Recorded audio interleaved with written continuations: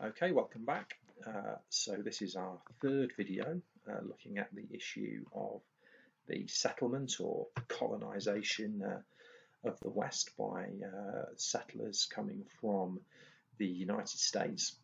And in this video, we're going to look at the California Gold Rush of 1848-49. This obviously is a hugely significant event in the migration of Americans into the West. It dramatically increases the number of people moving to the West. We get, I think, by about 1846, so 2 years before the discovery of gold, about 5,000 people have gone across the Oregon Trail into the West. During 1849 alone, there's about 90 to 100,000 people that have moved into California, many of whom have crossed the Oregon Trail.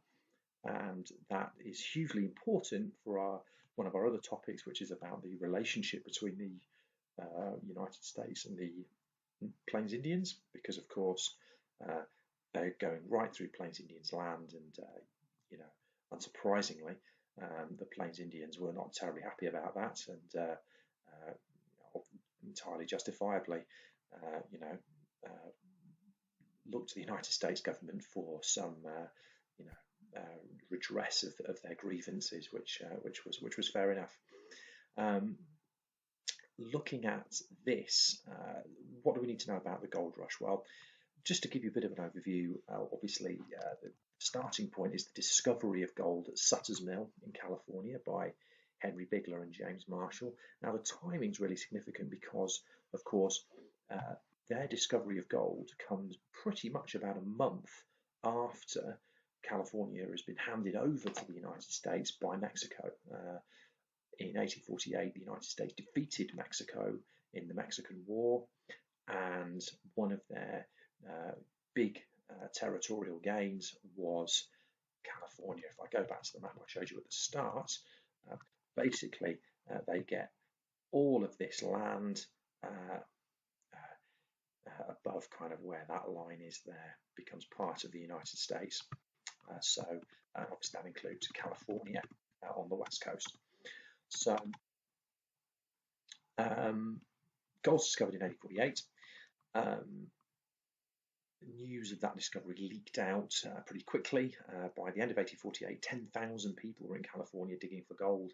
There were 90,000 there by 1849. These were the 49ers, so-called, mostly men, mostly under the age of 30, but not just from the eastern United States. Many have come across from China. Some have come from Mexico in the south, all looking for the opportunity to gain a fortune. And of course, this is the first of a number of discoveries of gold in the broader West throughout this time period. We see a bigger gold rush in 1859 to Colorado, the Pikes Peak Gold Rush, which precipitates conflict with the Cheyenne Indians in the Cheyenne Wars, which leads to the Sand Creek Massacre. We've got discoveries of gold in Montana, Wyoming, Idaho, Dakota, Nevada, all silver. And of course, that encourages more and more people to move west. Now, actually, mining for gold was very difficult. A few miners become rich, but many really struggled. You might find, say, an average of $20 worth of gold a day, but your equipment costs you about $18 a day. So obviously, only maybe $2 a day profit. But many people went west and made money in other ways. A good way to make money was selling shovels to the miners. That was probably a way of generating a more stable income. Many failed miners actually ended up taking up farming, in the really ideal farming territory in California, brilliant climate, lots of land. Once the California Indians had been wiped out pretty brutally by the settlers, vicious sort of genocide really of the California Indians. They're able to make a living through farming.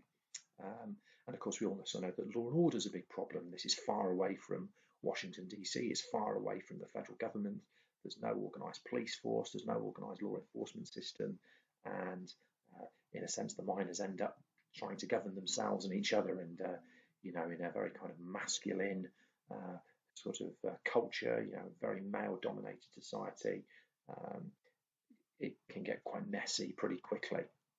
And the gold rush has a significant influence, a significant impact in three key ways. There's a population boom. California has a population of up to 500,000 people by the mid 1850s. San Francisco becomes the kind of biggest city of the West of the 19th century. Its population grows to 25,000 pretty quickly. But a whole range of new settlements grow all around the West. Virginia City is one example which grows and helps to provide services for miners. So these towns grow. They're providing saloons. They're there providing shops and services, brothels. It's pretty. It's a pretty kind of significant growth in the population and settlements quite quickly. And of course, the populations of these towns and cities becomes very diverse. We have Mexicans, Chinese, we have Black Americans, as well as white settlers moving into these places. And of course, that then links on to the second consequence, which is the significant law and order problems. Racial violence is a big issue. Chinese and Mexicans suffer persecution from white settlers. There's the slaughter of the California Indians that I mentioned as well. And of course, you have no organized law and order system. Vigilante justice takes over. And we also get very problems particular to mining. So claim jumping, for example. People try to steal mining sites from each other. You can imagine, again, how do you say that this bit of land is yours? How do you protect a claim that you stake, particularly if another group come along that has more people than you do? You can imagine it gets pretty violent, pretty messy quite quickly. The gold rush also leads to a massive economic boom. The gold rush really helps to put an end to the economic crisis of the 1830s and 40s that prompted many people to move west in the first place. We have huge growth in farming, particularly with the wheat industry in California takes off. It could be grown in large quantities in California. People come in to sell goods to miners, as we mentioned, shovels and beer, and make money that way. And all of this helped to provide, a huge kind of amount of money that led to, for example, the ability to build the railroads later on to the West. So that economic boom is another significant consequence of the gold rush as well. Okay, in the next video, we're going to look at the second phase of westward expansion from the 1860s onwards. Okay, thank you.